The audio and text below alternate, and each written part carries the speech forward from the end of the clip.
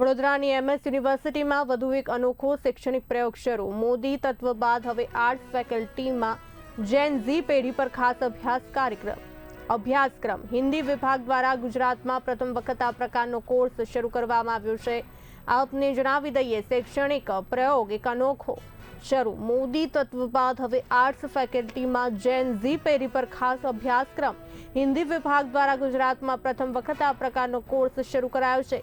વિદ્યાર્થીઓને જનરેશન ઝેડની જીવનશૈલી અને ડિજિટલ સંસ્કૃતિ વિશે ભણાવાશે. સોશિયલ મીડિયાના યુવાનો પર પડતા પ્રભાવનો અભ્યાસ કરાવવામાં આવશે. ઇન્સ્ટાગ્રામ રીલ્સ અને યુટ્યુબ શોર્ટ્સ આધારિત માઇક્રો લર્નિંગ કોર્સનો ભાગ બનશે.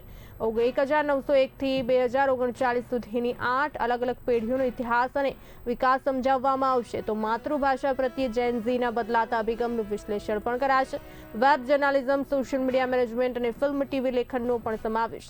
નવા કોર્સથી વિદ્યાર્થીઓને આધુનિક મીડિયા ક્ષેત્રમાં રોજગારી નવી તકો મળશે.